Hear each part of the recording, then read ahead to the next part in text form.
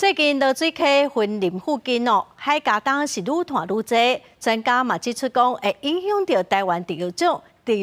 沙尾仔的生态。云林县政府按算讲10月底进前会来做整理，帮讲会当减少对沙尾仔的威胁。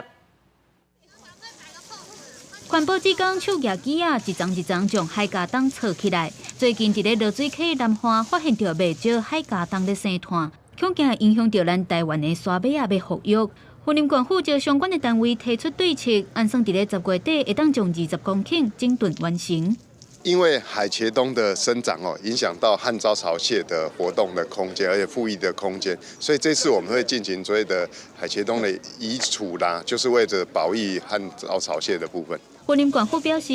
落水溪这几冬透过县府甲第4河川局等等的单位合作，改善风肥沙的问题。虽然海茄苳这只生炭会当减少风肥沙，不过嘛影响到沙尾仔这寡生物要存活，所以来会设定范围刷走部分的海茄苳，让落水溪南岸变作重要的蓝地生态。台湾旱棗潮蟹，然后它是全世界的特有种，只有在台湾才有。那它经过生态调查发现，有85%以上的数量都在浊水溪出海口这个地方。所以我们其实做书法有一部分是为了